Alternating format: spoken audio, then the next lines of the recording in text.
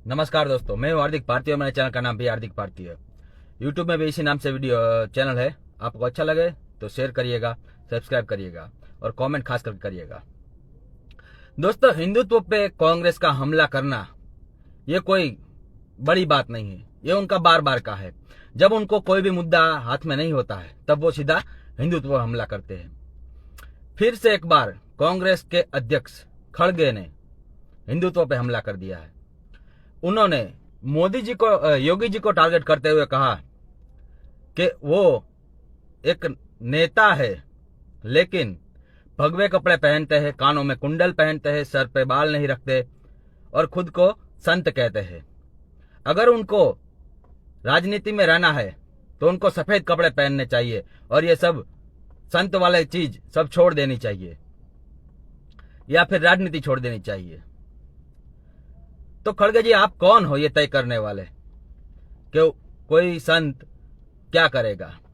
क्या संविधान में ऐसा कोई नियम है कि किसी को भी राजनीति करना है तो कौन सा कपड़ा पहनना पड़ेगा?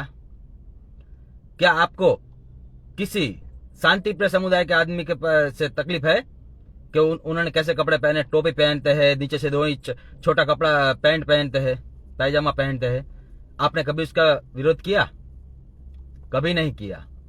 पर आपको तकलीफ हिंदुत्व से ही है।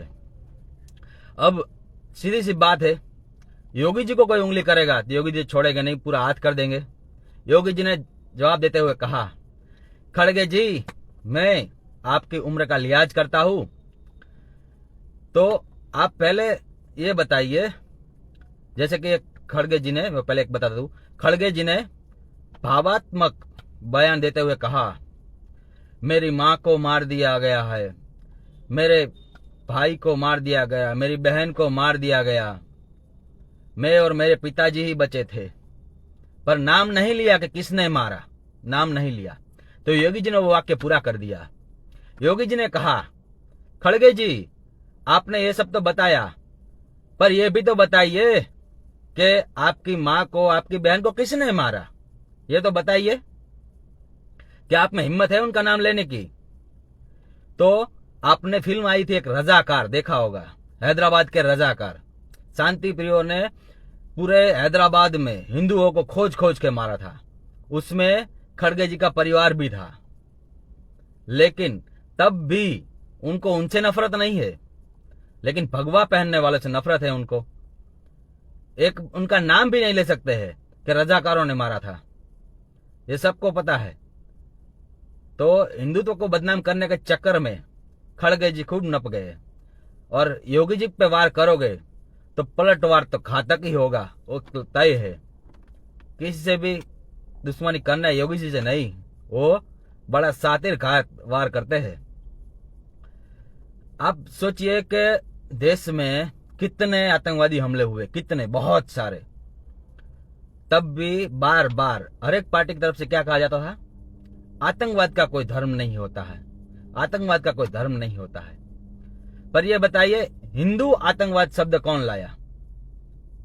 कौन लाया? हिंदू आतंकवाद शब्द किसने बनाया? किसने खड़ा किया? ये खड़ा किया कांग्रेस ने। अगर आतंकवाद का कोई धर्म नहीं होता तो हिंदू आतंकवाद कहां से आया? आपने कभी मुस्लिम आतंकवाद कहा? इतने आतंकवादी हमलों के साथ वही लोग जुड़े हुए हैं, 99% में वही होंगे, फिर भी मुस्लिम आतंकवाद शब्द सुना? होना भी नहीं चाहिए, मैं भी नहीं कहता हूं कि ऐसा करो। पर आप जब हिंदुओं के ऊपर ये लांछन लगाते हैं, हिंदू आतंकवाद शब्द जोड़कर, 26/11 का हमला हुआ था, तब कसाब के हाथ में कलावा बांधा हुआ था। ये क्या कोई संयोग है? कसाब के हाथ में कलावा बांधा हुआ था और उसके पास हिंदू आइडेंटिटी वाला कार्ड भी था। उन सबके हाथ में कलावा बांधा हुआ था।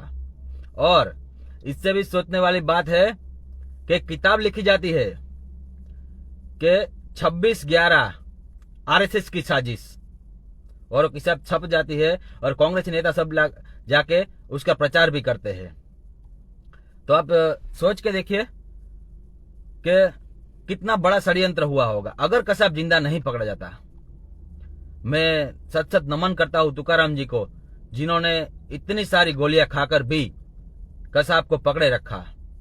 तो उसके वजह से एक हिंदुओं पे हिंदू आतंकवाद का एक बड़ा धब्बा लगने से बच गया। उन्होंने अपनी प्राणों की आहुति देकर एक हिंदुओं के ऊपर बहुत बड़ा उपकार कर दिया कि उनकी वजह से हिंदुओं के ऊपर इतना बड़ा लांछन लगने से बच गया।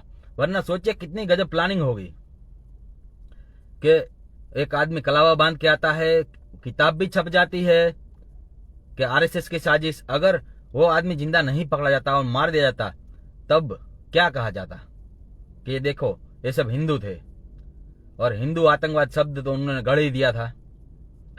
तो ये लोग बार बार जब इनके पास कुछ ऑप्शन नहीं होता ना, तब ये हमला करते हैं हिंदुत्व पे। अब राजनीति, महाराष्ट्र में चुनाव है, वहां उससे कोई लेना देना नहीं था, फिर भी आपने जानबूझकर योगी जी पे हमला कर दिया क्योंकि वो भगवा पहनते, कानों में कुंडल पहनते, सर पे बाल नहीं रखते। इसलिए अगर जब ऐसा संविधान में कोई नियम है तो करो सब पे लागू। नियम ऐसा है ही नहीं। अरे जेल में बैठा खालिस्तानी वो जीत सकता है, वो नेता बन सकता है, तो योगी नेता नहीं रह सकते, उनको अपने हिसाब से चलना पड़ेगा।